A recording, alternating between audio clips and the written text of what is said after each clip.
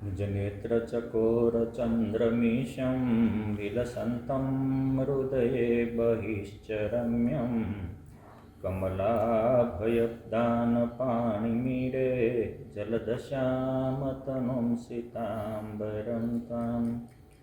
ॐ श्री स्वामिनारायणाय नमो नमः। श्री हरिकृष्णाय घनश्यामाय पूर्णपुरुषोत्तमाय नमो नमः। बोलो श्री स्वामिनारायण भगवाननी जय, हरिकृष्ण महाराजनी जय। वचनामृत गढ़ડા પ્રથમ પ્રકરણનું 42મું। આ વચનામૃતનું નામ સંતોએ વિધિ નિષેધનું રાખ્યું છે। વિધિ એટલે કરવા યોગ્ય જે હોય એને વિધિ કહેવાય, અને નિષેધ એટલે ન કરવા યોગ્ય।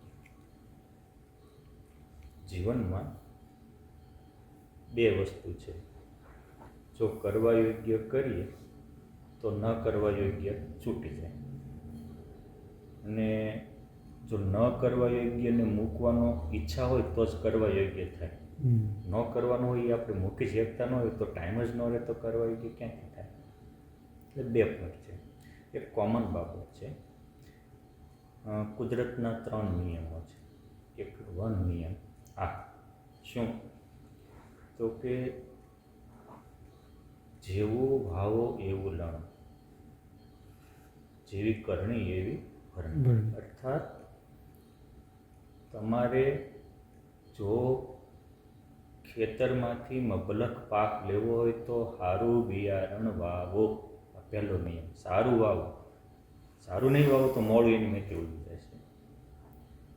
નર્મદાનું નીર યુગોથી સમુદ્રમાં ખારું થઈ જતું હતું, પણ એક વલ્લભભાઈ પટેલના મગજમાં સરદાર સરોવર રૂપી ડેમનો વિચાર રૂપી બીજ આવ્યો, અને એ પાણીને વાળ્યું યોગ્ય દિશામાં। જો વાળવામાં મહેનત તો થાય, વહી જવામાં કાંઈ મહેનત નથી।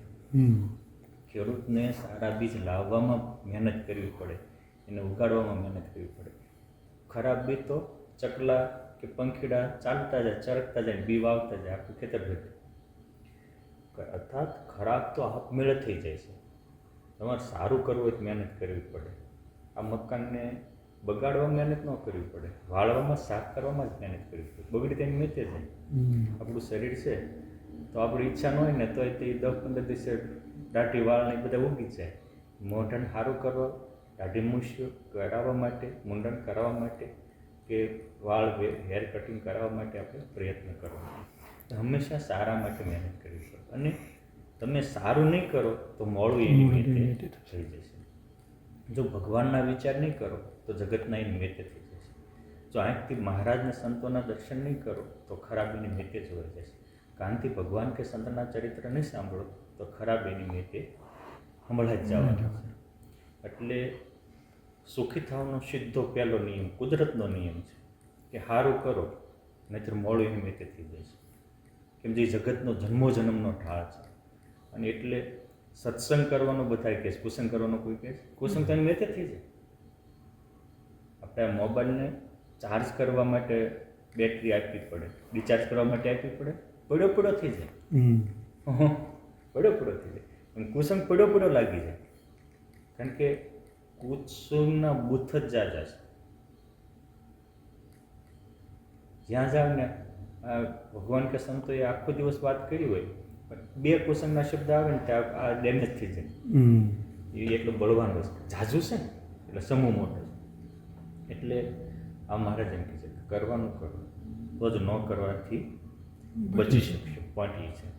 પોઈન્ટ 2 કે આપણે જેવા હોય ને એવા બધે દેખતા હોઈએ છીએ, એટલે કહેવાય જેવી દૃષ્ટિ એવી સૃષ્ટિ। જો આપણું હૃદય નિર્મળ હોય તો આપણને બીજા નિર્મળ લાગે, આપણું હૃદય ભક્તિભાવથી ભરેલું હોય ને તો બીજા ભક્તિભાવથી ભરેલા લાગે। આપણા હૃદયમાં લોભ હોય ને તો બીજામાં આપણને લોભ જ દેખાય। આપણે જ્યાં જઈને પૈસા માટે જતા હોય ને તો એમ થાય આ સંતો પૈસા માટે જ વિચરણ કરતા હોય, એને પૈસાનો સંકલ્પ નહીં, એટલે કામીને બીજા કામી લાગે। રસ્તે જતા હોય તો હજારોની સંખ્યામાં કપલ હોય, એમાં મોસ્ટલી તો ભાઈ બહેન હોય, મા દીકરો હોય, પતિ પત્ની હોય, આવા જ હોય. કોક પ્રેમી યુગલ તો હોય, પણ કામીને બધામાં કામની કલ્પના થઈ જાય. શું કામ? પોતે એવો છે, એવો છે. પોતે એવો છે ને એને બીજે જે ભાવના થાય છે ને એ પોતાનો પરિચય છે. એટલે આ નિયમ છે કે આપણે કોકમાંથી સારું જોવું હોય તો આપણે પોતાએ હારા થવું પડે. જોઈએ. આપણે હારા નહીં થઈએ તો આપણને બીજા હારા નહીં દેખાય. 500 પરમહંસો સાથે પુરુષોત્તમ નારાયણ હતા, પણ જેના અંતર નિર્મળ હતા ને એટલાને જે એનો સ્વીકાર થયો ને એનો અનુભવ થયો. રામાનંદ સ્વામીનું જીવન એકદમ હાઈ ક્વોલિટીનું હતું. ગોપાળાનંદ સ્વામી, ગુણાતીતાનંદ સ્વામીના જીવન એકદમ પરફેક્ટ હતા. તો રોજના આશ્રમમાં હતા એ આશ્રમવાસીઓ બધા આમ તો સાક્ષાત્કારી હતા, સમાધિવાળા હતા. મુક્તાનંદ સ્વામી ને રામદાસભાઈની કોઈ સામાન્ય નહોતા. તો પત્ર ખાલી લખ્યો ને ત્યાં રામાનંદ સ્વામી ખબર પડી કે સર્વોપરી પુરુષોત્તમ નારાયણ પધાર્યા છે. હા, એની પોતાની વચ્ચા છે. અને આની માટેનું આ વચનામૃત છે, સારા થવા માટેનું. હવે આપણે આમાં પ્રવેશ કરીએ. સંવત 1876ના મહાસુદ છઠને દિવસ શ્રીજી મહારાજ શ્રી ગઢામધ્ય દાદા ખાચરના દરબારમાં વાસુદેવ નારાયણના મંદિર આગળ લીમડાના વૃક્ષ હેઠે ઓટા માથે ઢોલીઓ ઉપર ઉગમણા મુખારવિંદે વિરાજમાન હતા.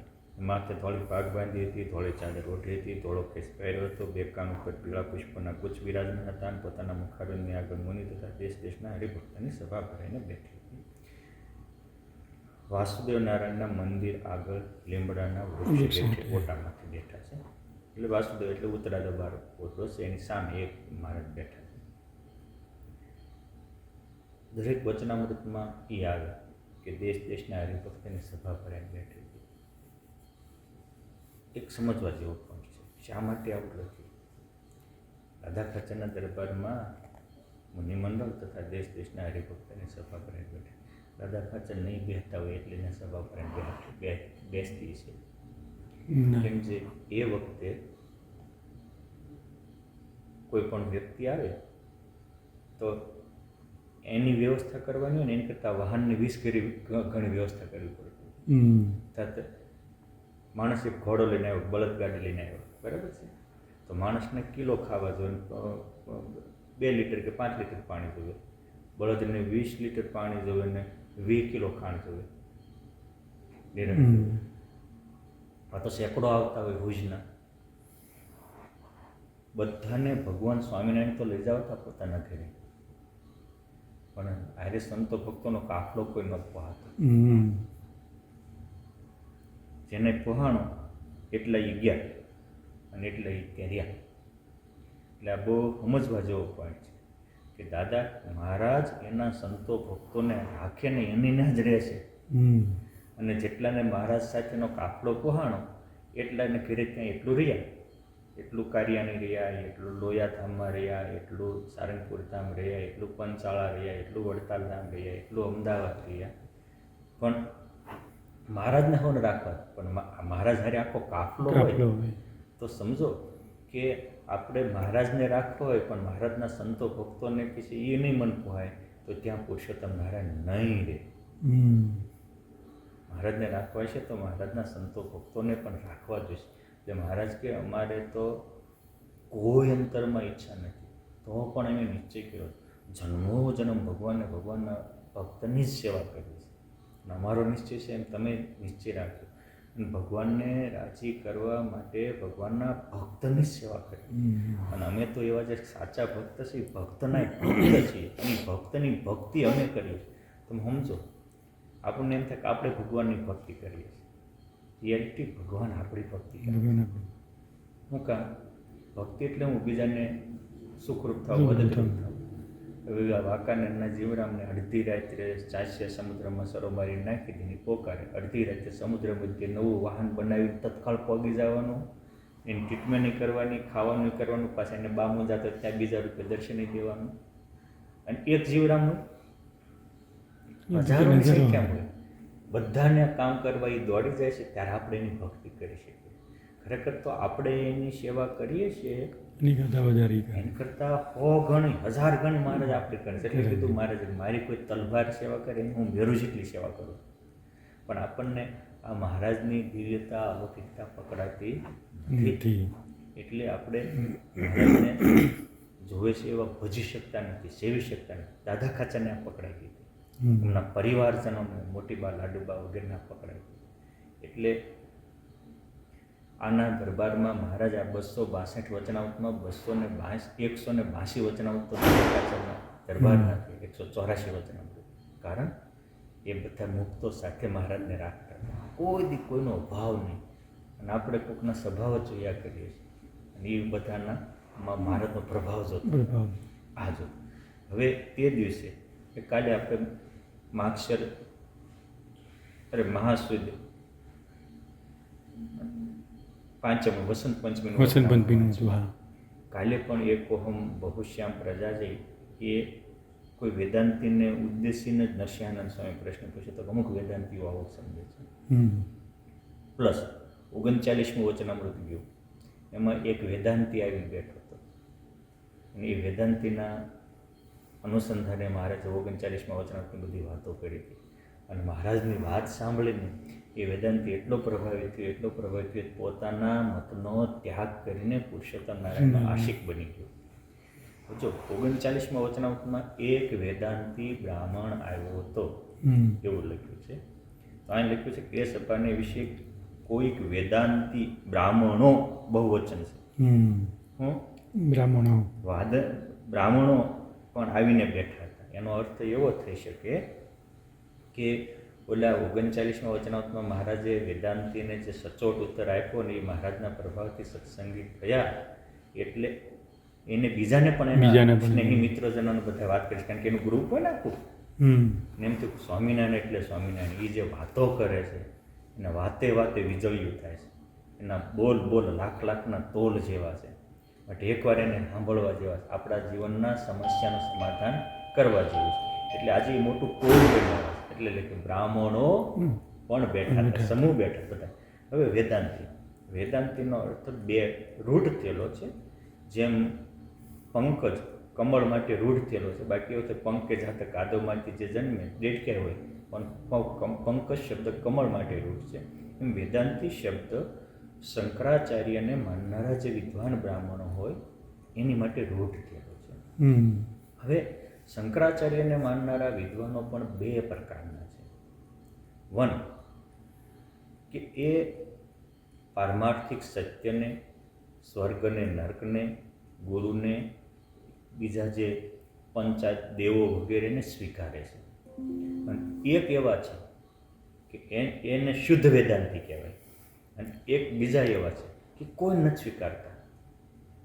એ માત્ર એટલું જ સ્વીકારે છે કે સ્વર્ગય નથી, નરકય નથી, ગુરુય નથી, શિષ્ય કશું નથી, એક સભર બ્રહ્મ ભરો છે. પાછા સભર બ્રહ્મ ભરો છે એટલું કે એનો કોઈ પ્રશ્ન નથી. પછી એમ કે હું શું બ્રહ્મ, તું શું બ્રહ્મ, બ્રહ્મે બ્રહ્મ સંગ કર્યો, એ આપે રહ્યા અસંગ, એમ કરી અને પોતે પાછા વિષયાસક્ત બની જાય છે. એટલે અહીંયા એવા વેદાંતિ, શુષ્ક વેદાંતિની વાત છે. બાકી રમાઈ કરપાત્રીજી જેવા મહારાજ થયા, અને શંકરાચાર્યનું મહારાજ અહીંયા જ એક્ઝામ્પલ આપે છે, અને આદિગુરુનું. એટલે આપણે થોડું વાંચીએ. તેને જોઈને એ જે બધા બ્રાહ્મણોનું ટોળું આવ્યું હતું એને જોઈને જ મહારાજે વાત કરી. કારણ કે નવા હતા, સંતોના ઉદ્દેશી તો વાત કરતા જ હોય. અને આ એક વિવેક છે કે આપણે કાંઈ વાત કરતા હોય, કોઈ સ્પેશિયલ આપણી પાસે બેસવા આવ્યા ને તો એને ઉદ્દેશીને થોડી વાત કરવી જોઈએ, કેમ જે એને પણ ગમે. એટલે આ જે વેદાંતિ બ્રાહ્મણોનો આખો સમૂહ આવ્યો છે એને જોઈને શ્રીજી મહારાજ બોલ્યા, જે વેદાંત શાસ્ત્ર જે ભણે છે તથા સાંભળે છે તે એમ કહે છે, જે વિધિ નિષેધ તો મિથ્યા છે, અને વિધિએ કરીને પમાય એવા જે સ્વર્ગ અને નરક એ પણ મિથ્યા છે, અને તેને પામનારો શિષ્ય પણ મિથ્યા છે, અને ગુરુ પણ મિથ્યા છે, અને એક બ્રહ્મ સભર ભર્યો છે એ સત્ય છે. હવે આ રિયાલિટી શંકરાચાર્ય આવું માનતા નહીં. પણ જ્યારે શંકરાચાર્ય આજથી સમથિંગ 250 વર્ષ પહેલાં પૃથ્વી પર હયાત હતા, તો એ વખતે આખા ભારત ખંડમાં બૌદ્ધોનું પ્રભુત્વ હતું. આજે આપણે જે તક્ષશિલા અને નાલંદા વિદ્યાપીઠની જે વાતો કરીએ છીએ એ પણ બૌદ્ધોની જ યુનિવર્સિટી. હિન્દુઓની યુનિવર્સિટીઓ બહુ ઓછી હતી. હા, મોટી મોટી હતી, પણ આનું પ્રભુત્વ હતું ને એટલે વિશ્વમાં પ્રસિદ્ધિ તૂટી તો એને આખું વિશ્વ કીધું કે અમારું તોડી નાખ્યું. બાકી આપણે મહાકાલેશ્વર, ઉજ્જૈનમાં, કશ્યપની કાશ્મીરમાં, ગુજરાતમાં વલ્લભી વિદ્યાપીઠ હોય, 36 વિદ્યાપીઠો હતી. એ જબરી હતી આખું વિશ્વ. સમજો ધોળકામાં ઓલા જગન્નાથ બ્રાહ્મણ હતા, એને ત્યાં તે 10,000 ઉપરાંત વિદ્યાર્થીઓ ભણતા હતા અમદાવાદની પાસે. હા, બરાબર છે. એટલે આવી ગુરુકુળોની પ્રથાઓ હતી અને બધાએ પવિત્ર બ્રાહ્મણો બધાને ભણાવતા હતા. પણ શંકરાચાર્ય જ્યારે આવ્યા ત્યારે બૌદ્ધનું પ્રભુત્વ હતું. બૌદ્ધ ધર્મમાં એવું છે તત્ સર્વમ શૂન્યમ શૂન્યમ શૂન્યમ. તમે જાઓ દીવાની જોત હોય તો એક ક્ષણમાં એક હાલતી હોય તો નોનસ્ટોપ બદલાતી રહે છે. જેમ નદીનું પાણી હોય તો આપણે નાહતા હોઈએ, પણ નાઈ ડૂબકી મારીને બહાર નીકળો તો નવું પાણી આવી ગયું હોય, વહેતો પ્રવાહ છે. એમ એને બુદ્ધએ ભગવાને ચાલાકી કરી અને એને બુદ્ધ ભગવાન આવું કરવું શું કામ કર્યું? જ્યારે માણસ ધર્મના નામે અધર્મમાં વળી જાય ને ત્યારે એમાં પાછા વળવા મુશ્કેલ પડી જાય. હવે એ વખતે વેદના નામે એટલા લોકો થઈ ગયા, નાની નાની વાતમાં હિંસામાં યજ્ઞ, પુત્રને માંદો થયો, એક બોકડો વધેરો હાજો થઈ જાય છે. આવા તો એટલા યજ્ઞો લોહિયાળા થઈ ગયા હતા કે એમાંથી પ્રજાને વાળવી જ બહુ ટફ હતી. અને પછી તમે પાપ કરો એટલે દુઃખી થાવ, એટલે પ્રજા દુઃખી હતી. તો ભગવાનને એમ થયું કે હવે આ વેદના નામે જ કરે છે તો આપણે વેદને અડવું જ નહીં. એટલે પછી એને એ રીતનું આખું કરી દીધું. વાયવા તો પાછા એમાંય તે પછી સર્વમ શૂન્યમ શૂન્યમ કરીને એમાંય તે ધર્મના ગાબડા પડી ગયા હતા. ભ્રષ્ટાચારને દુરાચાર વધી રહ્યો હતો. શંકરાચાર્યએ કહ્યું કે વેદ તો સત્ય છે, એ તો પરમ જ્ઞાન છે. હવે એની સામે ફાઇટ લેવાની હતી બૌદ્ધને. હવે એનો બૌદ્ધ હાવ ખોટું જ છે એમ કે તો કરવાનું કોઈ માને જ નહીં. એટલે તમારે કોકને કંઈક કહેવું હોય તો એ જેને જ્યાં એને આસ્થા હોય, શ્રદ્ધા હોય, એને ઉદ્દેશીને કહેતો જ એને મને ગમે એમ ન મને. અને એમ થયું કે આ જગતને મિથ્યા તો માને જ છે, પણ આ વસ્તુ તો એને શંકરાચાર્યએ એવું કીધું કે આ તો વેદમાં લખ્યું છે. જો આ વેદ આ તમે ખજાનો હીરા છે આમાં, બ્રહ્મ સત્યમ જગત મિથ્યા. હવે રિયાલિટી મારી દ્રષ્ટિએ, મારા વાંચનમાં જગત મિથ્યા છે આવો શબ્દ છે નહીં. હા, એટલું છે સર્વમ ખલ વિદમ બ્રહ્મ નાનાસ્તિ કિંચન. બધું ભગવાન રૂપ જ છે, બીજું કાંઈ છે નહીં. અર્થાત હવે એ જે છે એ મહારાજ આ કે ત્યાં 39માં વચનામૃતમાં આ જ મહારાજે કીધું હતું. ત્યાં એક્ઝામ્પલ બીજું આપ્યું હતું કે સૂર્યના રથમાં બેઠો હોય તો એને રાત નથી. એનો અર્થ એ નથી કે પૃથ્વી પર વાળાને રાત દિવસ નથી. એ એની સ્થિતિનો ભેદ છે. એ એટલે તે નિર્વિકલ્પ ને સવિકલ્પ સ્થિતિનું જ વચનામૃત છે ને, સમાધિનું નથી, સ્થિતિનું છે. એ સ્થિતિના ભેદે એને દેખાતું નથી, બાકી છે. એમ જે આ છે એ સ્થિતિવાળાના વચન છે. વેદમાં આવે છે કે વામદેવ વાચ, કે વામદેવ નામના ઋષિ થઈ ગયા તો એને ભગવાન આખામાં આપણે જે રીતે પ્રહલાદજી એના પિતાને કીધું, પ્રહલાદ વિષ્ણુ ભક્ત હતા એટલે એને કીધું તારો વિષ્ણુ છે ક્યાં? અને વિષ્ણુ ભગવાને તે વરાહરૂપ કરીને એના હિરણ્યકંશના મોટા ભાઈ હિરણ્યકશિપુને માર્યો હતો. તારો વિષ્ણુ છે ક્યાં? એટલે એને કીધું જલે વિષ્ણુ સ્થલે વિષ્ણુ વિષ્ણુમયમ જગત. જલમાં થળમાં જલે વિષ્ણુ સ્થલે વિષ્ણુ, વિષ્ણુ પર્વત મસ્તકે, બધી જ્યાં જો હોય ત્યાં મારો વિષ્ણુને વિષ્ણુ છે. અંતર બહિશ્ચ તત્સર્વમ સ્થિતમ નારાયણ વ્યાપ્યમ નારાયણો સ્થિત. અંદર બહાર અણુમાં મારું પરમાત્મા સ્થિતિમાન છે. તો એ એની સ્થિતિના વચન છે. એનો અર્થ એ નથી કે હિરણ્યકશિપુને મારી નાખવાના પ્રયત્ન કરતા હતા ને બધું કાંઈ નહોતું. બધી સ્ટોરી છે. અને કોઈ એમ કે ભાઈ જો આ બધું મિથ્યા કેવું છે, આભાષિક છે, કેવું છે કે ભાઈ એ લોકો એવું કે વેદાંતિઓ કે હોય નહીં તોય દેખાય. જેમ ઘણીવાર આપણે રાત્રે જતા હોઈએ અને કંઈક દોરી પડી હોય તો આપણને ભ્રમ થાય કે આ તો સર્પ છે, રિયાલિટી નથી. જો થયો ને ભ્રમ, એમાં જગત કાંઈ છે નહીં, તમને માત્ર ભ્રમ થયો છે. ઘણીક વાર એવો ચળકતો છીપલી હોય તો આપણને એમ થાય કે આ ચાંદીનો સિક્કો છે, કોઈ પથ્થર જ હોય. તો જો પથ્થરમાં તમને ચાંદીનો ભાસ થયો ને,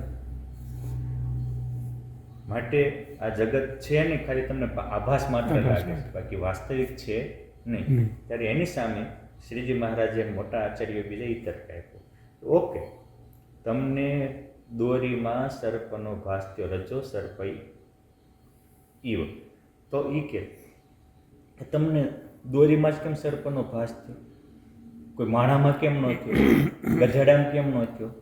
ભેંસમાં કેમ ન થયો? કૂતરામાં કેમ ન થયો? તો તમે કાંઈક સર્પ આ દોરી જેવો છે, સાચો સર્પ જોયો છે એટલે તમને ખોટા ભાસ થયો. તમે કાંઈક ચળકતા ચાંદીના હાચા સિક્કા જોયા છે એટલે એ ચળકતું દેખાણું તો તમને ભાસ થયો. પણ સિક્કો હોત જ નહીં તો ચાંદીના ના થાય. હા, એમ તમે હાચા સર્પ છે એટલે તમને કોઈ ખોટી જગ્યાએ ભાસ થાય છે. સાચું ન હોય તો કોઈ ભાસ થવાનો પ્રશ્ન જ નથી. એમ તમે એમ કહો છો છે જ નહીં, ના ના, જગત છે, એ નાશવંત છે, તુચ્છ છે, એ વસ્તુ અલગ છે, પણ છે એટલે તમને ત્યાં ભાસ થાય છે. બાકી એટલે તમે છે એમ શું કરો એટલે બે તત્વો થઈ ગયા. પણ એને લડવાનું હતું બૌદ્ધ હારે શંકરાચાર્યને. તો એને એમ થયું કે આ બધા જ હાવ જગતને મિથ્યા જ માને છે, શૂન્ય જ માને. તો એને શું કર્યું, ભાઈ જગત મિથ્યા છે તમારો પાઠ આશો, પણ બ્રહ્મ સત્ય છે. જો આ કીધું જ છે, નિર્નાનાસ્તિ કિંચન એમ કરી અને એને ઓલાને દેખાડવા એટલે અડધું એનું સ્વીકાર્યું. અને આ બધું વેદમાં જ છે એમ કરીને જે બૌદ્ધના પ્રકાંડ વિદ્વાનો હતા એને મૂળ વૈદિક સંસ્કૃતિમાં પાછા વાળ્યા અને વૈદિક ધર્મ સાથે જોડ્યા અને વિધિ નિષેધ સાથે પણ જોડ્યા. અને એ જે દુરાચારના માર્ગે હતા ત્યાંથી પાછા વાળ્યા. મહારાજ કહે છે કે હવે એ જે શંકરાચાર્ય થયા તો એનો હેતુ હતો કે ઓલા માટે એને, બાકી શંકરાચાર્ય પાછા ભક્ત હતા, કોઈ સામાન્ય નહોતા. એટલે એવી રીતે જે મહારાજ કહે છે કે આવી રીતે કહે છે કે ગુરુ નથી, શિષ્ય નથી, સ્વર્ગય નથી, નરકય નથી, આવી એક બ્રહ્મ સબર કર્યો છે. આવી રીતે કોના આધારે કહેતા છે? શું સમજીને કહેતા છે? તમે કહેશો કે અમે શંકરાચાર્યના આધારે કહીએ છીએ, કેમ જે અમે એના ઉપાસક છીએ. તો કે સર્વ વેદાંતિઓના આચાર્ય, એટલે આ શુષ્ક વેદાંતિ હોય કે શુદ્ધ વેદાંતિ, બેના આદિગુરુ તો શંકરાચાર્ય જ છે. શંકરાચાર્ય છે તેણે તો પોતાના શિષ્યને દંડ કમંડળું ધારણ કરાવ્યા અને કહ્યું જે ભગવદ્ ગીતા અને વિષ્ણુ શાસ્ત્ર નામનો પાઠ કરવો તથા વિષ્ણુનું પૂજન કરવું, અને જેને ઝાઝા ચોમાસા થયા હોય તેનું થોડા ચોમાસા વાળે વંદન કરવું, અને સારો પવિત્ર બ્રાહ્મણ હોય તેના ઘરને જ ભિક્ષા કરવી. એવી રીતે જે વિધિ નિષેધનું પ્રતિપાદન કર્યું તે શું એને યથાર્થ જ્ઞાન નહીં હોય? અને જે હમણાંના જ્ઞાની થઈ ગયા તેને વિધિ નિષેધને ખોટા કરી નાખ્યા, તે શું શંકરાચાર્યથી મોટા થઈ ગયા? એટલે એ તો કેવળ મૂર્ખાઈથી બોલે છે. અને વિધિ નિષેધ શાસ્ત્રમાં ખોટા કયા છે તે તો એમ છે. હવે એક્ઝામ્પલ આપે છે કે જેમ મોટું વાહન સમુદ્રમાં ચાલ્યું જતું હોય, એમાં કોઈ બેઠા હોય તો એને એક વર્ષ સુધી ચાલતું હોય, ચારેય બાજુ એને જળની છોડ જ ઉથળતી દેખાય. જળની છોડ ઉખળતી દેખાય એટલે એ કે કેટલું પાણી છે, પાણી જ છે. પણ એવું નથી. એ સમુદ્રમાં તમે ત્યાં ગયા છો એટલે તમને પાણી દેખાય. કિનારાવાળાને બધું છે, પાણી છે ને, ઝાડ છે ને, પાડ છે ને, માણાય છે ને, ગાય છે ને, બધું જ છે. એ એને દેખાય નથી દેખાતું, જળ વિના લહેરું જ દેખાય છે. એ તો એની એ સમુદ્રની વચ્ચે છે એટલે એ એક્ઝામ્પલ આપ્યું કે એ દ્રષ્ટાંતનું સિદ્ધાંત એ છે જેને બ્રહ્મ સ્વરૂપને વિશે નિર્વિકલ્પ સ્થિતિ થઈ હોય એ એમ બોલે છે કે બ્રહ્મ જ છે, એ વિના બીજું જીવ ઈશ્વર માયાદિક સર્વે મિથ્યા છે. એ એની સ્થિતિનો ભેદ છે. પ્રહલાદજી બોલે કે અંદર બાય એક ભગવાન, મુક્તાનંદ સ્વામી બોલે કે જ્યાં જોઈએ ત્યાં રામજી, બીજું ને ભાષે, બીજું કાંઈ દેખાતું નથી, એની ક્યાંય ભાતમાં ભૂલતા નથી. એ એની સ્થિતિ છે. પણ તમારી સ્થિતિ નથી, તમે તો જે દેહમાં વર્તો છો એ તો ભગવત સ્વરૂપમાં તલ્લીન થયા છે, લેલીન થયા છે, એટલે એને ભગવાન સિવાય કાંઈ દેખાતું નથી. અને આપણે તો હજી વિષયાસક્ત છીએ. ત્યાં સુધી આ બધું જ હોય. અક્ષરધામના મુક્તોને કોઈ વિધિ નિષેધ નથી. જે બ્રહ્મ સ્થિતિને પામી જાય અને મહારાજ કે બ્રહ્મરૂપ થયો, આ વિધિ નિયમ ક્યાં સુધી પાળવાના? તે કે જ્યાં સુધી તમને ઊભા થઈને ખાવાનું મન થાય છે નાહવા ધોવાનું મન થાય, દેહનું ભાન છે ત્યાં સુધી રાખવાના, દેહાતીત થઈ જાવ એટલે વિધિ નિષેધ પૂરા થઈ ગયા. પણ હજી તમારે મારે ખાવા જોશે, કૂવા જોશે, દેહની બધી ક્રિયા કરો છો તો દેહના નિયમ પણ પાળો. અને દેહાતીત થઈ ગયા પછી કદાચ તમારું આગુ પાછું થાય તો કોઈ પ્રશ્ન નહીં. શંકરાચાર્યએ તો એની સ્થિતિમાં હતા, બ્રાહ્મ્ય સ્થિતિમાં, અને એકવાર કોકને ત્યાં ગયા અને કોઈકે કંઈક ભોજન આપ્યું એ જમ્યા તો એના શિષ્યો બધા જમવા માંડ્યા. શંકરાચાર્ય તો સ્થિતિવાળા હતા, એને ગ્રહણ કર્યું, એની સ્થિતિ હતી. પછી શંકરાચાર્યને એમ તો કહો આ તો બધા મારું અનુકરણ કરે છે. એટલે બીજે દી ગયા અને કોઈ લુહારને ત્યાં લોખંડનો રસ હતો કે ભિક્ષામ દઈ આવ્યું તો લોખંડનો રસ પી ગયા, હવે પીવે લે વાળા. એટલે મહારાજ કે અમુક એમ કે કૃષ્ણ ભગવાને રાસરીમાં કે ભગવાન તો ગોર્ધને તોડ્યો હતો, આખો પર્વત તોડ્યો હતો, તું 10 મણ તો તોડ. સીધી બાબત છે. ભગવાને દાવાનો પીધો, તું થોડુંક તો મોઢામાં અગ્નિ રાખ. એટલે એવા જે મોટા પુરુષો હોય એનો વાદ ન લેવાય, ભગવાનનો વાદ ન લેવાય. ભગવાનને કર્યું એમ નહીં, એને કહ્યું એમ કરે. કેમ જે તો સમર્થ છે કોઈકની ભાવના પૂરી કરવા કરતા હોય. હવે ગ્રંથોમાં 2 પ્રકારના વચનો લખાણા હોય, સ્થિતિવાળાને હોય અને જે સંસારમાં હોય એની માટે નહીં હોય. તો હજી તમે સંસારમાં છો, હજી તો આપણને વાસના છે, વિષય આસક્તિ છે, હજી આપણે જ્યાં ત્યાં લોભાઈ જઈએ છીએ, તો ઓલા સ્થિતિવાળાના વચન ન પકડી લેવાય, આપણે આપણી સ્થિતિ ના પકડાય. જે બીજું ત્રીજું ભણતો હોય એ વિદ્યાર્થી 12મા ધોરણવાળાના વચન પકડવા જાય તો ત્રીજું ન આવડે ને 12મી ન આવડે. અને ઓલું કહેવાય છે ને કે આપણે દૂધમાં મેળવડ નાખીને મૂકી દો, જામન નાખીને, પછી એને હલાવાય નહીં, વારે વારે મળ્યું ન મળ્યું, મળ્યું મળ્યું કરતા હોય તો પછી દહીં ન થાય, ડોડો થઈ જાય. એમ આપણે એવી સ્થિતિએ ન હોવી અને એનો વાદ લેવા જાવી તો અહીંયા આંબી એકવી નહીં અને અહીંયાથી છટકી જાય, પછી 2 બાજુથી લટકવી ને ભટકવી. તમારે કે તેના વચન શાસ્ત્રમાં લખાણ, તેને સાંભળીને પોતાને તેવી સ્થિતિ ન થઈ હોય તો પણ વિધિ નિષેધને ખોટા કહે છે. અને જો સ્ત્રીની તો સુશ્રુષા કરે છે, એટલે બાયડી કે એમ પાછો ઉઠબેઠ કરતો હોય, અને છોકરાની સુશ્રુષા કરે છે, અને જેટલો સંસારનો વ્યવહાર હોય એ સર્વને સાચો જાણીને સાવધાન થઈને કરે છે. અને શાસ્ત્રે પ્રતિપાદન કર્યા એવા જે વિધિ નિષેધ તેને ખોટા કહે છે. આવા જે આ જગતને વિશે જ્ઞાનના કથનારા છે એ તો મહા અધમ જાણવા, નાસ્તિક જાણવા.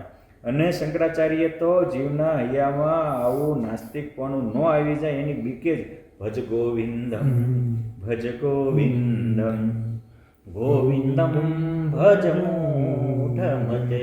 એને ભગવાનનું ભજન કરવાનું કીધું છે, આમ બ્રહ્માસ્મિ થઈને બેસવાનું નથી કીધું. અને એને તો આવી રીતે વિષ્ણુના સ્તોત્રય લખ્યા છે, સૂર્ય સ્તોત્રય લખ્યા છે, ગણપતિ સ્તોત્રય લખ્યા છે, અને એને તો બધા વિધિ નિષેધ પાળ્યા છે. એને તો સ્ત્રી સંન્યાસી હંમેશા સ્ત્રીઓથી છેટા રહેવાનું આ બધું જ લખ્યું છે. અને તમે બધાને પગ ચંપી કરાવો, આ ધંધો ન કરાય.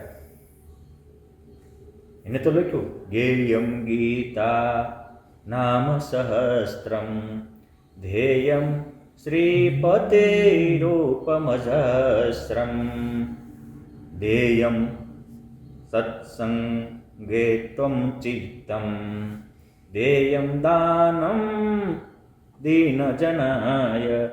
હંમેશા ગીતાનું અધ્યયન કરો, વિષ્ણુ સહસ્ત્રનો નામ જપ કરો, અખંડ ભગવાનના સ્વરૂપને ધ્યેયમ શ્રીપતે રૂપ અજસ્ર અખંડ ભગવાનના સ્વરૂપને મનમાં સંભાળો. ક્યાંય આમ બ્રહ્માસ્મિ થઈને બેહવાનું નથી કીધું એને. તો વળી કીધું કે સંતોના સંગમાં ચિત્ત આપો, ખાલી તન નહીં મન આપો. અને કોઈ ગરીબ હોય તો એને દાન પણ આપો. વિધિ નિષેધ બધું કીધું છે. નકરા ભોગાસક્ત ન થાવ, આસક્ત થશો ધધોગતિને પામશો. કામાસક્તમ નરકે યાતિ, કામસક્ત થશો કે ધનની તૃષ્ણા છોડશો નહીં તો તમારો નરકમાં નિવાસ છે, સમજી લેજો. અને પુનરપી જનનમ પુનરપી મરણમ પુનરપી જનની જઠરે શયનમ એ સંસારે ખલુ દુસ્તારે કૃપયા પારે. એમ પ્રાર્થના કરીશ, હે પ્રભુ આ તો જન્મ મરણના ચક્રમાં તમે કૃપા કરશો તો તમે બહાર ઉગરી શકશો. તમારી કૃપા વિના અમારો આરો કિનારો જ નથી. આટલા તો ભગવાનને આધીન થયા છે. અને જે રીતે ભગવાનને ગમે એવું કરવાનું જ કીધું છે, સ્પષ્ટ લખ્યું છે કે શું કરવું. તો કે સત્સંગ કરજો. શું કામ? તો કે સત્સંગત્વે નિસંગત્વમ. તમે સત્સંગ કરશો તો જ શંકાના સમાધાન થશે. બાકી કોટી કાલ કોઈ કરે સત્સંગ તબ હોવત સંશય મન ભંગા. બહુત કાલ કરત સત્સંગા તબ હોવત સંશય મન ભંગા. બહુ સમય સુધી સત્સંગ કરજો. સત્સંગત્વે નિસંગત્વમ. સત્સંગ કરશો તો તમે અસંગ થશો. અસંગ થયા વિના તમારો ઉદ્ધાર નથી. અને સત્સંગત્વે નિસંગત્વમ. નિસંગત્વે નિર્મોહિત્વમ. અને મોહ મળશે ત્યારે તમારું મન સ્થિત થશે. અને એ તમે અસંગત્યાનું માપ હું તો કે તમારો મોહ મરી જાય. મોહ એટલે હું ખોટો દેહ છે, આ તમને ખોટો લાગે, આત્મા સાચો છે સાચું લાગે. વસ્તુ કેવી છે કે આપણે મોહ એટલે શું? ખોટું સાચું લાગે, સાચું ખોટું લાગે. નાસ્તિકતા એટલે શું? તો જે નથી એ સાચું મને અને છે એનાથી દૂર રહેવું. તો આત્મા છે એનો સ્વીકાર ન થાય અને દેહ ખોટો છે તો એ સાચો મનાય. આ જ નાસ્તિક ભાવ છે. અને આસ્તિકતા હું? તો કે જે સાચું છે સાચું મનાય. તો આત્મા સત્ય છે, આત્મામાં પરમાત્મા સત્ય છે. અને આ મોટા મોટા છે એનામાં આ હતું. ઓલે કહે છે કઈ રીતે એને આ ભગવાનના સ્તોત્રો લખ્યા છે, વિષ્ણુના સ્તોત્ર કર્યા છે, શિવજીના સ્તોત્ર કર્યા છે, ગણપતિ અને સૂર્ય આદિ તમામ દેવોના સ્તોત્ર કર્યા છે. શું કામ? અને એને જ પંચાયતન દેવની સ્થાપના કરી, જેને ભગવાન સ્વામિનારાયણ બેઠા અપનાવ્યા. વિષ્ણુ, શિવો, ગણપતિ, પાર્વતી ચ દિવાકરો એ તે પંચતયા દેવતા પૂજ્યા સર્વે મામકી. બેઠા શંકરાચાર્ય વિચાર્યા છે. પાંચે દેવો પોતાના મઠમાં સ્થાપ્યા છે અને એની પૂજા અર્ચના સેવા રીતિ બધું જ એને સ્થાપ્યું છે. ભગવાન સ્વામિનારાયણના ગુરુ રામાનંદ સ્વામી પણ એમની સંન્યાસીની જે શુદ્ધ પરંપરાની રીત હતી એ સંન્યાસીની દીક્ષા લેવા માટે રામાનંદ સ્વામીએ દેવાનંદ દંડીને 3 વર્ષ સુધી શંકરાચાર્યના મઠમાં આ ભણવા મોકલ્યા. દીક્ષા વિધિ સંન્યાસીને કેમ દેવાય, આટલું એને બધું રાખ્યું છે. એટલે કે છે કે આ એવો આશીષ જાણીને શંકરાચાર્ય દેવતાના સ્તોત્ર કર્યા છે. અને આજના જે જ્ઞાની થયા તે તો સર્વને ખોટા કરી નાખશે. વળી એમ કહે છે એ જ્ઞાની તો ગમે એટલું પાપ કરે તો અડતું નથી, આ તો કેવળ મૂર્ખાઈથી કરે છે. અને જેટલા ત્યાગી પરમહંસ થયા એ સર્વને વિશે જળભરત શ્રેષ્ઠ છે. અને પુરાણ માત્રમાં અને વેદાંતના ગ્રંથ સર્વમાં જળભરતની કથા લખાણી છે. જળભરતની કથા લખાણી. હવે વાત એ છે કે આચરણ નથી અને મોટી મોટી વાતો છે. મહારાજને એનું ગમતું નથી. આપણા નંદ સંતો ઘણી વાર કહે છે કેણી મિશ્રી ખાંડે રેણી તાતા લો, કેણી કહે રેણી રહે એસા વિરલા કો. વાતો કરીને તોડે બ્રહ્માંડ રે તોય ન મટે જમદણ. મોટી મોટી વાતો કરતા જ બધાને આવડે, પણ વાતો પ્રમાણે વર્તન છે. ભગવાન સ્વામિનારાયણ કાયમ કહેતા પરમહંસો તમારું વાતું વર્તન કરશે. મુક્તાનંદ સ્વામીને કોઈક પંડિતોએ પૂછ્યું હતું કે સ્વામી તમે વાતો કરો તો બધાના જીવન પરિવર્તન થઈ જાય, મારો મારો કરતા હતા એની શાંત થઈ જાય છે. અને અમે વાતો કરીએ ત્યારે અમારા છોકરાને નથી માનતા, કે બીજા ન માને, અમારા પરિવારજનો નથી માનતા. આવું કેમ? ત્યારે સ્વામીએ એ કીધું કે 2 પ્રકારના ચણ્યા હોય, એક ચેકેલા ચણ્યા હોય અને એક કાચા ચણ્યા. કાચા ચણ્યા થોડા કઠણ તો હોય પણ વાવો તો ઉગે ખરા, ચેકેલા ઉગે નહીં. એમ તમે વાતો તો કરો છો પણ તમારા છેકેલા ચણ્યા જઈશ, તમારું બીજ મરી ગયેલું. શું કામ? કે તમે ખુદ સ્ત્રીમાં ધનમાં આસક્ત છો, તમે ખુદ વ્યસની છો. પરાઈ નારી જોઈ મનડું આમ તેમ ડોલે, ઊભો થઈને પાછો બ્રહ્મચર્ય વિશે બોલે. હું ધૂળ બ્રહ્મચર્યને સિદ્ધ થાય. એનામાં બ્રહ્મનું તેજ હોય, જે બ્રહ્મણી ચરતી હતી બ્રહ્મચર્ય યદિચ્છંતમ બ્રહ્મચર્યો ચરંતી. જેને હંમેશા પોતાનું મન બ્રહ્મને પરબ્રહ્મમાં રમમાણ હોય એ બ્રહ્મચર્ય ઉપર વાત કરતો આમાં અસર થાય. અને અસર થાય એની કસર જાય. કે તમે ખુદ વિષયમાં આસક્ત છો અને વિષય છોડવાનું કરો. તમે મોઢામાં તમાકુ ભરીને પાછા વાત કરતા તમાકુ ન ખાય. પેલા બાપા તું તો છોડ. એટલે કે તમારી વાત શેકેલા બીજ સેવી. તમે આસક્તિ છો ને આસક્તિ મૂકવાની વાત કરો. સ્વામિનારાયણ ભગવાન માટે તમે એમનું વ્યક્તિત્વ તો જુઓ.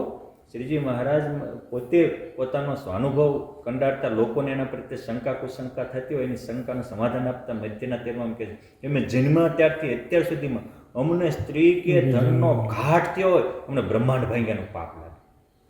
અને 500 ભ્રમશના સોગંદ છે. એ ભગવાન સ્વામિનારાયણ જે વિરક્તપણું હતું, સ્ત્રી કે ધનમાં બ્રહ્માંડના ભોગ આવે તો એમાં નહોતા લેવાતા, એને જોઈને ગોપાળાનંદ સ્વામી જેવા પરમહંસ થયા હતા, એને જોઈને બ્રહ્માનંદ સ્વામી, નિત્યાનંદ સ્વામી જેવા મોટા મોટા પરમહંસો થયા હતા. એમના વર્તન વાતો કરતા હતા. પુરુષોત્તમ નારાયણ એવા વિરક્ત હતા, અને વિરક્તિ માણસને શાંતિ આપે, અનાસક્તિ આનંદ આપે. આસક્તિ જ માણસને ટેન્શનમાં મૂંઝારા મારી નાખે છે. એટલે એમનું ભગવાન પોતાનું એવું અણિશુદ્ધ વર્તન હતું, ત્યારે એના વચને દર 2-2.5 દિવસે એક વ્યક્તિ વજ્રસાર જેવી વાસના મૂકી શકતો, એમ જે પોતે એવા નિર્વાસ નહીં, પોતે પોતાના જીવન દરમિયાન પરમાત્મા હતા તો એ બતાવ્યું છે. અને ગોપાળાનંદ સ્વામીને એને પોતાના જીવનમાં અપનાવ્યું છે, પોતાના જીવનમાં અપનાવ્યું છે. પોતે ક્ષમા રાખવાનું કીધું નથી. સંકલ્પ કરે તો બોલે ને બ્રહ્માંડ ડોલાવે, સંકલ્પ કરે તો ગ્રહણની ગતિઓ અટકાવે. આજનું વિજ્ઞાન એવું કહે છે કે 2 પ્રકારના ઝાડ હોય, એક કાંટાવાળા અને એક કાંટા વગરના. તો કાંટા વગરના ઝાડ હોય એની ફરતી જે સાલ હોય એક ઉખડી જાય એટલે એ હુકાઈ જાય. એટલે તમે જોજો કાંટા વગરના ઝાડ વાશે હુકાઈ ગયેલા હશે તો એની ફરતી સાલ નહીં, થડિયું ઊભું છે પણ સાલ હુકાઈ જાય એટલે કાંટા વગરનું ઝાડ ઉજળી. કોઈ પણ ઝાડ હોય તમારામાં તો સાલ ખરવા માંડે સમજવાનું કહું એનું આયુષ્ય આવી ગયું છે, પૂરું થઈ ગયું. અને કાંટાવાળા હોય તો એના કાંટા ખરી જાય એટલે એ હુકાઈ જાય. કેમ જે કાંટા વિનાના ઝાડનું પોષણ કુદરતના ક્રમ મુજબ સાલથી થાય છે, અને કાંટાવાળા ઝાડનું પોષણ કાંટાથી થાય છે, સાલથી નહીં. એટલે કાંટા જે મોનો ગુલાબ હોય પાકવા આવ્યો એટલે એના કાંટા ખરી જાય છે, કાંટા ખરી જાય પછી છોડ ઉકાશે. તો આ આજનું વિજ્ઞાન સાબિત કરે. જ્યાં વિજ્ઞાનનો એન્ડ આવે ત્યારે આધ્યાત્મિકતાની શરૂઆત થાય છે. વિજ્ઞાનનો એન્ડ આવ્યો ત્યાં આધ્યાત્મિકતાની શરૂઆત થઈ. શું શરૂઆત થઈ? તો વિજ્ઞાન એમ કે છે કે કાંટા વગરનું વાળું ઝાડ કાંટા ખરી જાય એટલે ઉકાઈ જાય. ગોપાળાનંદ સ્વામી રાજકોટમાં ગયા અને સ્વામીના ખેસે સહેજ કાંટો અડ્યો. સ્વામી કે તારી નીચે મહારાજ બેઠા, આવા મુક્તો બેઠા, અને તું તારા કાંટા નથી ખેરવતો? સેકન્ડના 6 ભાગમાં બધા કાંટા ખરી ગયા. અને આજે અમથી બોરડીની આયુષ્ય 100-125 વર્ષની થાય. આજે 250 વર્ષની બોરડી હજી રાજકોટ મંદિરના આંગણામાં ઊભી છે અને 12 મહિના બોરા આપે છે.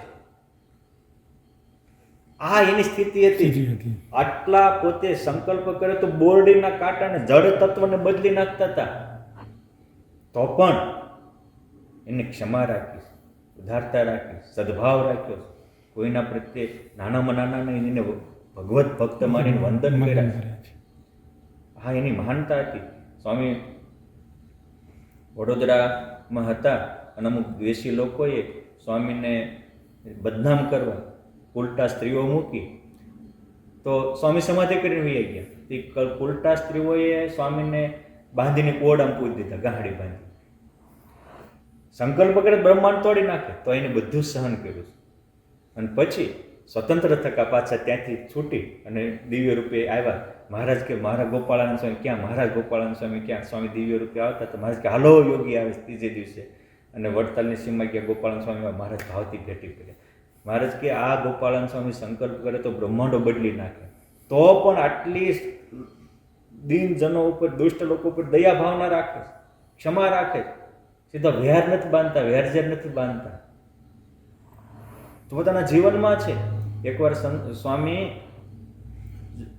ગઢપુરથી જુનાગઢ જતા હતા તો સંતોએ પૂછ્યું કે સ્વામી આત્મનિષ્ઠા કેવી હોય? સ્વામી કે બોલીને કહું કે પ્રેક્ટિકલ કહું? અરે સ્વામી પ્રેક્ટિકલ કહો તો બહુ સારું. અને એ સ્વામી જતા હતા તો રસ્તામાં અમુક દુષ્ટ લોકો, દ્વેષી લોકો આવીને સંતોને મારવા માંડ્યા. તો બચવા માટે સંતો પાછા પગલે છે ઝાડામાં ગયા. તો ઝાડામાં કાંટા વાગી ગયા, બધા ઊભા થઈ ગયા. હવે પોતપોતાના કાંટા કાઢી નાખ્યા. અને આ બધી ભગવાનની લીલા હોય એટલે, બાકી કોઈ ગોપાળાનંદ સ્વામી આરે રહેતા હોય સંતોને ખબર ન હોય એવું તો ન બને. પણ એનો જે પ્રશ્ન હતો ને, આત્મનિષ્ઠા કોને કહેવાય, એ આત્મનિષ્ઠાનું મૂર્તિમાન સ્વરૂપ દેખાડવું હતું. એટલે આ ઘટના ઘટી હોય. કારણ કે ક્યારે કોને સ્મૃતિ આપી અને વિસ્મૃતિ આપી એ પણ મારા વાલાના હાથમાં વાત છે. એને કીધું કે મત્ત સ્મૃતો જ્ઞાનમ અપોહનમ છે, હું જ કોકને સ્મૃતિ આપું છું ને એનું જ્ઞાન પાછું વિસ્મૃતિ હું જ કરાવી દઉં છું. સંતોને વિસ્મૃતિ કરાવી મહારાજે. જુનાગઢ પગ્યા, મહારાજને દર્શન કર્યા, મહારાજે સ્વામીનું ઓલું જોયું તો કેટલાય કાંટા વાગ્યા હતા. મહારાજે કાંટા કઢાવ્યા. પછી મહારાજ કહે છે કે સંતો તમે તમારા કાઢ્યા તો ગોપાળાનંદ સ્વામીના કાંટા કાઢવાનો ખ્યાલ ન આવ્યો? અરે મહારાજ ભૂલી ગયા. ગોપાળાનંદ સ્વામી કે મહારાજ એ તો આત્મનિષ્ઠા કોને કહેવાય એનું મેં મૂર્તિમાન સ્વરૂપ દેખાડ્યું. એ ગોપાળાનંદ સ્વામી સંકલ્પ કરે ને તો એને બ્રહ્મરૂપ હજારો થઈ જાય. એ સ્વામી એમ કે આ થાંભલાને ઘાટ થાય તને ઘાટ થાય. કેમ છે એ બ્રાહ્મી સ્થિતિમાં રહેતા હતા એટલે એના સંકલ્પથી આમાંના વિકાર વેદમી જાય, એને અલૌકિક સ્થિતિ પમાય, પોતાના જીવનમાં હતું. એટલે કેણી મિશ્રી ખાંડ હે રેણી તાતા લો, કેણી કહે રેણી રહે એશા વિરલા કોક. પરમહંસો એવા હતા. એ ધ્યાનાનંદ સ્વામી, સાંખ્યાનંદ સ્વામી વિદ્વાનોએ વાતો કરી, બોટાદમાં સત્સંગ ન થયો પણ એનું વર્તન જોઈને જૈન વણિકોનું પરિવર્તન થઈ ગયું. આજે પણ બોટાદ સત્સંગનો ગઢગણ એવો સત્સંગ થયો એ વર્તનથી. એટલે મહારાજ કહે છે કે બાયડી છોકરાની તો શુશ્રૂષા કરતા હોય અને પાછા એમ કે એક બ્રહ્મસભર ભર્યો છે. મહારાજ કે આ તો બધા નાસ્તિક છે અને નરકના અધિકારી છે. મહારાજ કે જેટલા વેદાંતના ગ્રંથો છે એમાં અને પુરાણ માત્રમાં જડ ભરતની વાત લખાણી છે. અને શું લખાણી છે તો કે જડ ભરતજી હતા એ પૂર્વ જન્મમાં ઋષભદેવ ભગવાનના દીકરા હતા અને ભગવાનને ભેટવા માટે આખા ચક્રવર્તી સમ્રાટ રાજ્યનો ત્યાગ કરીને વનમાં ગયા હતા. આજે જેને આપણે પુલાશ્રમ કહીએ છીએ, ભુલા મુનિએ હજારોના મુક્તિના દ્વાર માટે પહેલો વહેલો રક્ષાબંધનના પવિત્ર દિવસે ત્યાં ત્યાગાશ્રમની સ્થાપના કરી અને મુક્તિ માટે મુક્તિનાથ ભગવાનની સ્થાપના કરી. એવા પવિત્ર સ્થાનમાં કે જ્યાં ભગવાન સ્વામિનારાયણ પણ ચાતુર્માસ રહીને તપશ્ચર્યા કરી હતી, જ્યાં કેટલા મોટા મોટા ઋષિમુનિઓ તપશ્ચર્યાઓ કરેલી, મોટા મોટા અવતારો પણ ત્યાં ગયેલા, મોટા મોટા આચાર્યો પણ એ સ્થાને ગયેલા. રામાનુજાચાર્યએ પણ એ મંદિરનો જીર્ણોદ્ધાર કરાવેલો. મારે કેવું છે આવું પવિત્ર સ્થાન હતું. તમે સમજો, એક ભગવાનના દીકરા હતા, સ્થાન પણ પવિત્ર હતું અને પવિત્ર જ્યાં સહસ્ત્ર ધારાઓ નીકળે છે, પવિત્ર નદીનો કિનારો હતો. તો પણ મહારાજ કે ત્યાં મૃગલું થયું. મૃગલા અચાનક સિંહે ત્રાડ નાખી અને હિરણી મરી ગઈ ને મૃગલું રહ્યું, એને રમાડવા રહ્યા અને એનું ચિત્ત મૃગલામાં રહ્યું. તો પવિત્ર સ્થાન હતું, પવિત્ર કુળમાં જન્મ હતો, ઊંચો ત્યાગ હતો, તો મૃગના દેહ પામી ગયા.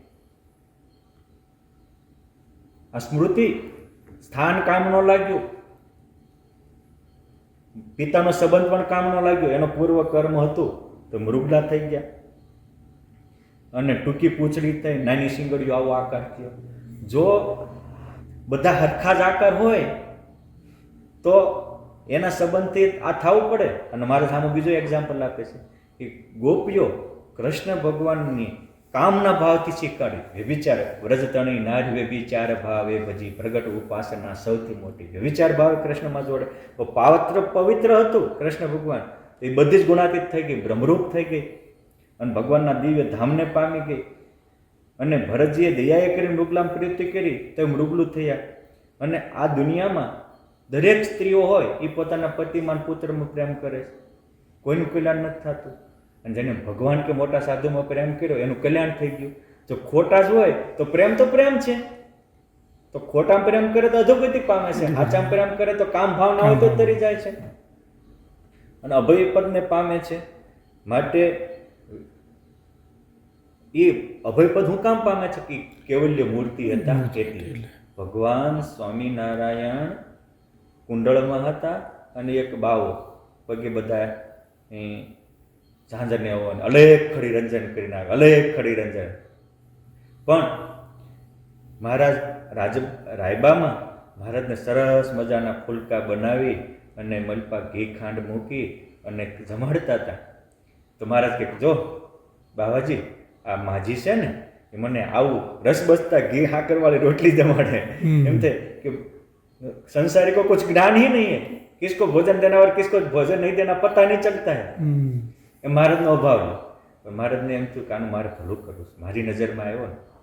એટલે મહારાજે એને એ એક દી આખી થાળ હતો એને આપી દીધો. એમ થયું ઓહો સ્વામિનારાયણ મને થાળ આપ્યો. હવે જો રસાસ્વાદના ભાવે ભગવાન સ્વામિનારાયણને સંભાળ્યા, ભગવાન સ્વામિનારાયણનો બેડો પાર. આ ભગવત સંબંધની મહત્તા છે. નકર જે રસમાં વાસના રે, જો અનંત કોટી જુગ સ્વાદ સાખ્યો, નહીં અબોટ્યો રસ કોઈએ રાખ્યો. અને જો રસની રહી વાસના એ તો કીડા તે માહી થાય, રસની વાસના તે રસના કીડા થાય. પણ આ ભાવે ભગવાનને સંભાળ્યા, એનો બેડો પાર થયો. મૂળીધામમાં બ્રહ્માનંદ સ્વામીએ મોટું ભવ્ય મંદિર બાંધ્યું. 1888 વસંત પંચમીના પાવન દિવસે એની પ્રતિષ્ઠા હતી. હજારોની સંખ્યામાં ભક્તો આવતા હતા. ઝાલાવાડને હાલર પંથક આખો ઉમટેલો. સિંહાણીનો મોટો સંઘ આવતો હતો અને દાહા ભરવાડ વચમાં મળ્યા તો સિંહાણીના લાધારામને મૂળજીભાઈ વગેરે કહે છે કે એટલે એ દાહા અમે મૂળીમાં ઉત્સવમાં જાવીશ, આવું જ કે ત્યાં હોય તો કે તાર શું મારે ગાંઠિયા બહુ બનભાવે. ગાંઠિયા હોય, અરે ત્યાં ગાંઠિયાના ઢગલા હોય, મોટા ગોડાઉન ભર્યા હોય. અરે તો આવું. એના દીકરા લાખન કે 2-4-5 ગાયો સાચો છે, હું ગાંઠિયા ખાતો હોઉં. આવ્યા મૂળીમાં અને એ મોટો ગાંઠિયાનો એક રૂમ કર્યો હતો ને એક લાડવાનો કર્યો હતો. આખો મોટો આવડો મોટો હોલ ગાંઠિયાનો ઢગલો કરેલો. જોઈ આટલા બધા ગાંઠિયા કોને બના? બ્રહ્માનંદ સ્વામી. હવે એને માણસને ઝાઝા હોય, સ્વાદ હોય એટલે બહુ ઓહો થાય, પણ ખાય કેટલે એ તો કેપેસિટી પ્રમાણે. વધીને બહુ ભાવ તો 2 કિલો ખાઈ શકે, બાકી તો 200 ગ્રામે પૂરું થઈ જાય. પણ એ ગાંઠિયાનો ઢગલો યાદ રહ્યો તો એ ભગવાનના સંબંધ મંદિર હતું, ભગવાન એનું કલ્યાણ કર્યું. મારે એ કહેવું છે કે આ ભગવત સંબંધની મહત્તા છે. જો ભગવાનના સંબંધમાં દોષ પણ નિર્દોષ થઈ જાય છે, દુર્ગુણ સદગુણ બની જાય છે. વ્યભિચાર કામી ગોપીઓને નિષ્કામ કરી નાખે છે. ભગવત સંબંધ દિવ્ય મૂર્તિ છે. એટલે રસાસ્વાદ માણસને નિસ્વાદ કરી નાખે. અને ગુણ નથી, દોષ નથી. મારે કેવું છે કે દોષ પણ ભગવાનમાં જોડાય તો ગુણ બની જાય છે. આસક્તિ વિરક્તિ બની જાય છે. પ્રેમ ભક્તિ બની જાય છે. અને ગુણ છે દયા, પણ જગતમાં જોડાણો તો એ જન્મ લેવડાનો થઈ ગયો, ગુણ દોષ થઈ ગયો. એટલે મહારાજ કે જો બધું હરખું જ હોય તો આમ કેમ ફેર પડે છે? દરેક સ્ત્રીઓ પોતાના પુરુષમાં પ્રેમ કરે છે, દરેક પુરુષો સ્ત્રીઓમાં પ્રેમ કરે છે, કોઈને હરખી પ્રાપ્તિ તો થતી નથી. સર્વે સ્ત્રીઓ પોતપોતાના ધણીને વિશે પ્રીતિ કરે તથા સર્વે પુરુષો પત્નીમાં પ્રીતિ કરે છે. તો જે ગોપીઓને પ્રાપ્તિ થઈ એવી તો પ્રાપ્તિ નથી, એને ગોરતમ નરકની પ્રાપ્તિ થાય છે. માટે વિધિ નિષેધ સાચા છે. કહેવાનો પોઈન્ટ આ છે, વિધિ નિષેધ સાચા છે. અર્થાત જે શાસ્ત્રમાં લખ્યું છે, અને મહારાજે પહેલા જ પ્રથમના 78માં વચનાવતમાં પણ 8મા વચનાવતમાં આ કીધું કે શાસ્ત્રની મર્યાદામાં રહી ઇન્દ્રિયોની ક્રિયા અને ભગવાન કે ભગવાનના ભક્તની સેવામાં રાખે અને અંતઃકરણ શુદ્ધ થાય અને અનંત કાળના પાપ એ નષ્ટ થઈ જાય. અને ગુજરાતીમાં કહીએ કે ગોટા લઈને ચટણી મફત. એમ જેના પાપ જાય હૈયું નિર્મળ થાય અને પુરુષોત્તમના દર્શન પણ થઈ જાય. પણ ઇન્દ્રિયોની ક્રિયા ભગવાનના ભક્તમાં રાખવી પડે. ઇન્દ્રિયોની ક્રિયા એટલે શું? તો આંખથી જોવું, કાનથી સાંભળવું, હાથથી લેવું દેવું, એ ભગવાન કે ભગવાનના ભક્તની સેવામાં વપરાય. એ કાળિયાણીના વીરદાસ પટેલ સ્નાન કરવા બેઠા હતા અને ગામના એક કોળી ભગત હશે, એનો નોકર જ તે સહેજ એને અંગ ચોળી નવરાવ્યો. ત્યારે વીરદાસ પટેલ કહે મને ગામનો પટેલ જાણી નવરાવે કે ભગત જાણે? અરે તમે મહાભગત છો. તો એક ભક્તના સંબંધે એક જ વાર સ્નાન કરાવ્યું તો અક્ષરધામી નામ.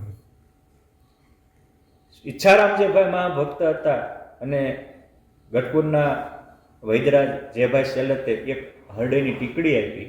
એ ઈચ્છારામભાઈને એક, બાકી વૈદ હતા આજીવન બધાને આપ્યું જ હોય ને દવા ટીકડીઓ, કેટલાને હજારોને આપ્યું હોય, પણ એ ભગવાનના ભક્તના કામમાં લાગી ગઈ. એ એક ભક્તના કામમાં આવ્યું તોય તે ભગવાનનો ભેટો થઈ ગયો. મહારાજ અંતે વિમાન લઈને તેડવા આવ્યા. એટલે જેનો જે બિઝનેસ હોય, એવું નથી કે આ જ બિઝનેસ હોય, તમારે જે હોય એ એમાંથી જે આપણે ડૉક્ટર હોય તો કોઈ ભગવાન કે ભગવાનના ભક્તની સેવા થઈ જાય, આપણું કામ થઈ જાય. એટલે ગોપાળાનંદ સ્વામી કે કોઈનામાં જે ગુણ, કળા, આવડત વગેરે હોય, બુદ્ધિ, એક એના એ પોતાના ગુણ, કળા, આવડત એ કાંઈ એને કલ્યાણના કામમાં લાગે કે ન લાગે, તો કે 100% લાગે. ક્યારે લાગે? તો કે ભગવાનના ભક્તની એને સંતોને રાજી કરવામાં આવી જાય તો કામમાં લાગે. એટલે આ બહુ મહત્વની બાબત છે. મહારાજ એક ટચુકડું ચરિત્ર કહું, મસ્ત છે, સમજવા જેવું કે મહારાજ વરજાંગ જાળિયામાં ગયા હતા. ત્યાં રતનબા બહુ મહાન ભક્ત હતા. મહારાજ એના ઘરે ગયા, બાર કેટલા તો મહારાજ ઢોલિયો ઢાળીને બેસી ગયા. ઓ રતનબા કે મહારાજ કે તમે આવી ગયા, એકદમ કામ કરો. મહારાજ કે શાંતિ રાખો, આજે મેં તમને રાજી કરવા આવ્યો છું, પછી તમે બધું સાફ કરી દો, પછી સત્સંગ કરશો. મહારાજ બેઠા હતા તો મહારાજના શરીર ઉપર એક મકોડો ચડ્યો. તો એક પ્રેમબાઈ નાની નાની દીકરી હતી, તેને તો મહારાજને લઈને કળશે તો એટલે તરત આગળ જઈને સરસ મકોડો ખેરી નાખ્યો. જો ભગવાનને ગમે એવી એક નાની ક્રિયા, એ પ્રેમબાઈ નાની દીકરીએ પછી તેના તરક તળાવમાં લગ્ન થયા, પણ આટલી સેવા કરી હતી. મહારાજ કે એમાં તમારામાં અપાર ભક્તિ પ્રગટ છે. પછી તો ખેડૂ હોય તે કપાસ પાકે તો એને સંતો માટે ચાદર બનાવે. તો ચાદર બનાવતા હતા તો વચ્ચે હાંધો આવે, કારણ કે પોતે બનાવવાનો હોય.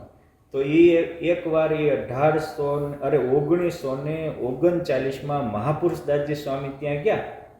તો એ મહાપુરુષદાસજી સ્વામીની ચાદર ઉઠાડી પ્રેમભાઈએ, એટલે હરિભક્તો દ્વારા મોકલી. તો સ્વામી પછી ધ્યાન કરવા બેઠા હતા, આમ એ ચાદર ઓઢેલી વચમાં આવ્યું તે મહારાજે પ્રેમબાઈને દર્શન દીધા. એ કે ત્યાં સ્વામી ચાદર ઓઢાડી એને વચ્ચે હાંધો આવ્યો છે, એટલે જો આ મારા વાહમ વાગે છે, તો જો વાહમ ચોલ પડી ગઈ. પછી એને 3 ઓલાની કરીને મોટી ચાદર કરી દીધી. કહેવાનું કે સંતને ઓઢાડી તો એ સ્વયં ભગવાનને સ્વીકારી લીધી. એમ એવા સાચા સંત કે ભક્તની સેવા થાય ભગવાન ખુદ અપનાવી લે છે.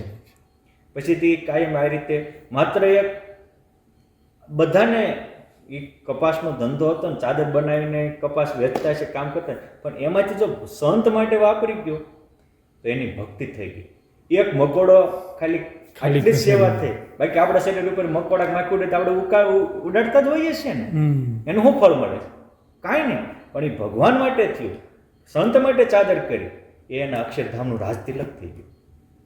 એટલે એને કારણે જ્યારે એનો અંતકાળ આવ્યો ત્યારે 1956 કાળ કહેવાય, એ વખતે માગશર સુધી એકાદશીના દિવસે સ્વામિનારાયણ ભગવાન હજારો વિમાન લઈને તેડવા આવ્યા અને કીધું કે હા ગોપાલ સ્વામી, ગુણાતીતાનંદ સ્વામી, મહાપુરુષ, મેં જે સાધુને ચાદર ઉડાડી બધા સાધુને લઈને મહારાજ તેડવા આવ્યા. અને મહારાજ કહે છે કે તે મારો મકોડો કાઢ્યો તો મેં તારા કરોડો જન્મના કામ ક્રોધાથી કાઢી નાખ્યા, હાલ હું તને અક્ષરધામ આપું છું. આમ કઈ ધામમાં સમજો ભગવાનને એક નાની મકોડો કાઢવાની સેવા કરી હતી, મહારાજે ઠેઠ સુધી યાદ રાખી.